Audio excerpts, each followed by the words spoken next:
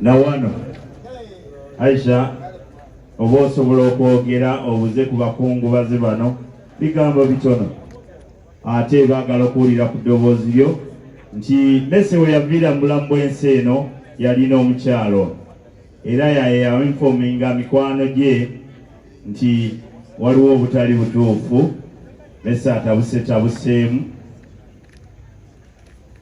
katuulire ku ddoboozi lye.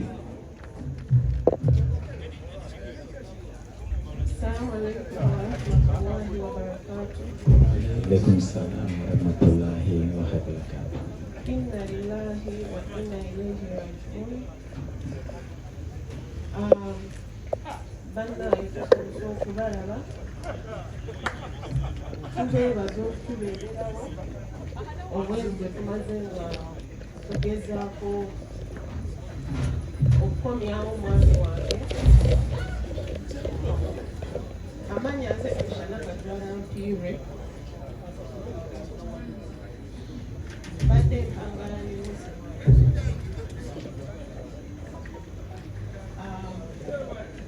Messe oyo yanfiira mu ngalo yakisawaka.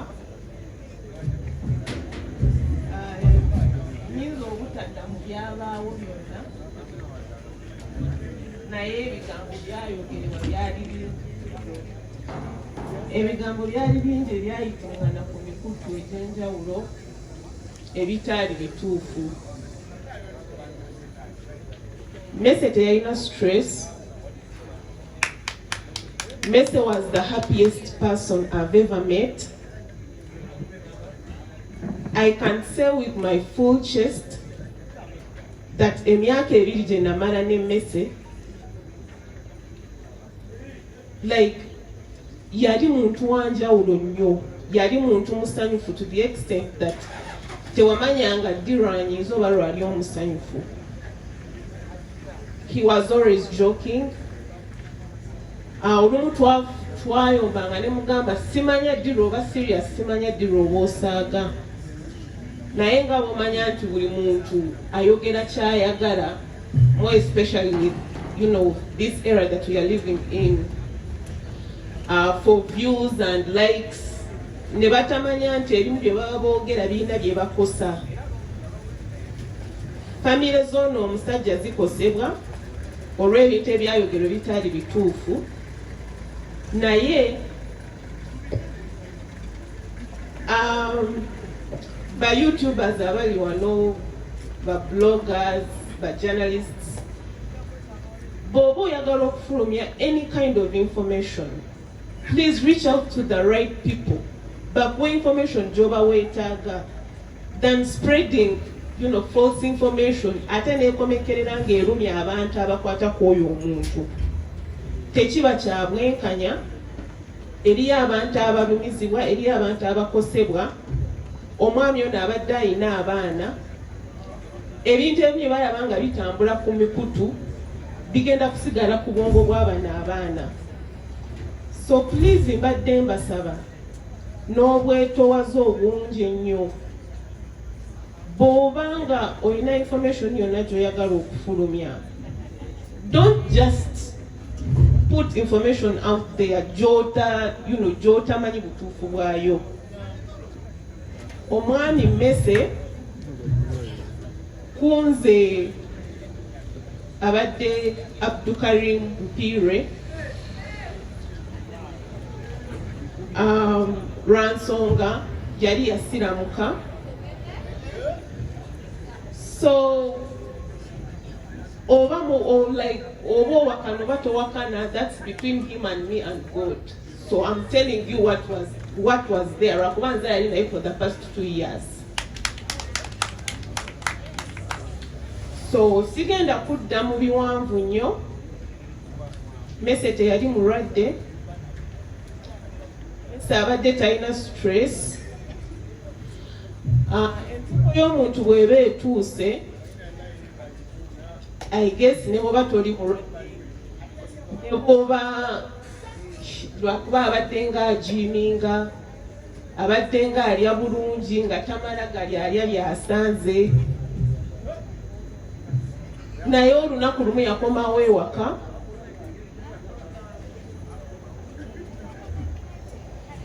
So olunaku lumu akomawo wakaava okukola. Like the previous night twalina abagenyi waka, simanyi oba alinga yali atusiibula.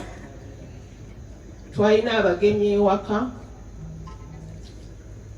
Najja nangamba, yankubira essimu before nangamba nti sigenda kulya sapa. Lwakuba bwe yalyanga lunch teyalyanga sapa. Bwe yalyanga sapa teyalyanga lunch. Lwakuba yagambanga nti I'm watching my weight. So bw'akomawo ewaka twalinawo abagenyi. Twalinawo omugenyi yali omu then n'abalala abantu betuwangaala nabo. Okulaga nti Messe yali muntu musanyufu. Eva nga n'ab'omu nnyumba bw'aba taliiwo, ennyumba ebeera nsirifu oba ennyumba ebanga etaliimu bantu. So bw'akomawo ewaka bw'atuuka ku mulyango nali mu nnyumba nga nfumba. Yali aŋŋambye nfumbira caayi lwakuba sigenda kulya, nja kunywa caayi yekka. Ne mufumbira caayi. So bw'akomawo yatuuka ku mulyango. Bw'atuuka ku mulyango n'atoola salaamu. Bwe yamala okutoola salaamu n'atandika okwogerera waggulu nti alina akagambo ke yateranga okukozesa. Bakapulaza mwenna mwemuli biki n'awoganira waggulu nnyo. Kati omugenyi kyava mbuuza, nali baliwo omugenyi n'ambuuza nti bannaaye tulumbiddwa wabaddewo ki? Ne mugamba oyo gwe bayita Messe Bontwe. N'agamba oyo omusajja takulanga. Ne mugamba obwe bulamu bwe tuwangaaliramu wano mu nnyumba eno. Twaliwo ffenna mu nnyumba, watch movie n'omugenyi yaliwo n'abalala ab'omu nnyumba. Ne tubeerawo awo ne tunyumya. Kwegamba alinga yali agamba nti enkya nnyinza obutabaawo oba alinga yali asiibula. Bwe twamala enkeera yali agenda kukeera kukola n'aŋŋamba nti tugende twebake obudde bugenze. Ne tugenda ne twebaka. Ne mubuuza omaze okusaala Isha? N'aŋŋamba nvudde ku airport nga nsadde. Ne tugenda ne twebaka. Waggwako ndooza nakirabye eddakiika nga 3. N'asituka n'agenda okukozesa restroom. Kyava akomawo n'aŋŋamba nti akantu k'omukifuba, nina akantu mu kifuba kannuma. Ne mugamba, n'aŋŋamba ndeeterayo ku mazzi g'okunywa. Ne nziruka ne muleetera amazzi g'okunywa. Akantu ako kaali nga kamukwata ne kamuvaako, ne kamukwata ne kamuvaako. Naye nga bw'omanyi eby'abasajja tebafaayo okufuna bujjanjabi, tebafaayo kugenda kukebeza. Bwe kamukwata nga ne kamuvaako ng'agamba nja kukebeza, nja kugenda dokita balabe kyekiriwo.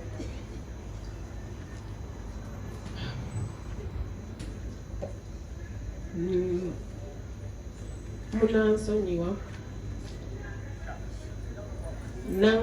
Nengera ne muleetera amazzi g'okunywa. Bwe muleetera amazzi g'okunywa n'aganywa. Omuntu nga bw'okwata ecupa y'amazzi bw'oti, ecupa teyaddamu kumuva mu ngalo. Ne mugyamu ecupa y'amazzi mu ngalo. Kati nga bw'okyuka nti owumuze ekintu ebbali omuntu n'omuggyako amaaso for just a split second. Ngenda okudda okukyuka okutunula ku sayidi we yali ng'omuntu alinga asika omukka. So nze saamanya nti yali asika mukka lwakuba sirabangako omuntu afa. So nendooza nze nti oba amazzi gaali gamulakidde. Ne ngenda waliwo brother wange gwe tuwangaala naye. Nenziruka ne muyita ne mugamba jangu olabe waliwo ekitali kituufu ku Messe. Najjanga adduka. Musajja wattu naye yali tamanyi kikiddako, naye yamulaba n'amusobera n'agamba Aisha ky'oba okola kubira 911.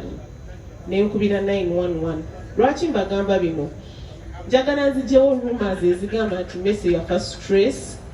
Njagala nzijewo rumors ezigamba nti kwegamba mufune information entuufu okuva ku muntu omutuufu eyaliwo ng'omuntu afa.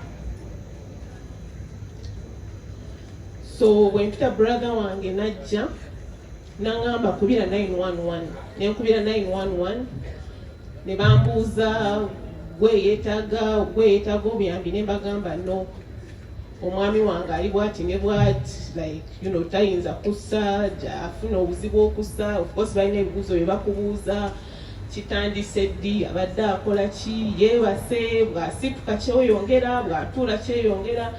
Ne ngamba omuntu eyali on the other line ne mugamba, can you stop asking so many questions and get here? Mba nkyali naye ku ssimu roughly kyatwala eddakiika 3. Mba nkyali naye ku ssimu ne mpulira akaddeko oluggi nga batuuse. Ne bajja ne bamukolako first aid, you know, ne bamukolako ebyali byetaagisa, naye balinga bantu bana. Naye okuva ku facial expressions ze baali bakola kyali kiraga nti ono omuntu alabika akoze eki, ono omuntu alabika afudde, naye tebakitulaga. Ne batugamba nti kyemunaakola mutugoberere mu ddwaliro. Ne mbagamba lwaki sijja naye mu ambulance, lwakuba nze sisobola kuvuga right now. Ne bagamba oba tosobola kuvuga, brother wa kuvuga akuleete. Brother wange n'avuga n'antwala mu ddwaliro ne tumugoberera. Tutuukayo ne batutuuza mu kasenge ne batugamba nti mulindeko, tugenda babuulira, dokita agenda kufuluma ababuulire ki ekiriwo. Dokita n'alwawo nga mbeera mbuuza brother wange lwaki baluddeyo, nga ngamba omanye ng'omuntu buli omu ateekawo eki, nga ngamba engeri gye baluddeyo balabika gye bali bamukolako, you know, beera mugumu, ate singa babakwanguwayo kibadde kijja kulaga nti balemeddwa. So nange ne mbeera mugumu. After like 30 minutes doctor yavaayo najja, yali doctor, chaplain ne social worker. Ne bajja mu kasenge, baali basatu mwe twali tutudde, ne baggalawo ne batubuuza, do you want something to drink? Ne tubagamba no, mutubuulire ki ekituuse ku muntu waffe, mumustabilizinze, do you need to keep him here? Doctor nadda mu kutubuulira ebintu bingi ne tumugamba, nze mwenyini ne mugamba, can you please get straight to the point, otubuulire what's wrong with my husband? Nangamba nti bino byenkubuulira biyamba. So it took him like a minute okunyinyonyola. Bwe yamala okunyinyonyola nangamba nti we lost him. Awo we nakoma okutegeera lwakuba omuntu nali naye eddakiika nga 4 or an hour ago ng'ali bulungi, nga talina kimuluma, ng'akantu akamukwata ke kazenga kamukwata, n'amira akaweke n'atereera, oba n'anywa amazzi n'atereera, oba n'ajiiminga n'atereera. Dokita namugamba mu Luganda, ne mugamba naawe olimba. Yali dokita muzungu, lwakuba like nali mpunze nga simanyi kiddako. N'agamba brother wange, namugamba oyinza okukakanya sister wo. So brother wange n'agamba Aisha katufule tuwulire dokita kyatugamba. Kwe kumugamba nti tuyinza okumulaba. Dokita n'agamba yeah, you have only 2 hours with him. So ngamba brother wange tugende tumulabe. Nze nkuza okutuuka wano nga sirabangako ku mayiti oba muntu mufu. Naye awo namanyira nti engombe egamba nti nanyini mufu yakwata awawunya ntuufu. Simanyi buvumu bwe najja kuyingira mu kasenge omwali Messe nga yeebasaawo ku buliri. Brother wange naati okuyingiramu yajja ngobererako emabega, ne mugamba gwoba togenda kungoberera nze kangende, kati oyagala nze mulekera ani? Ne tugenda mu kasenge mwe yali.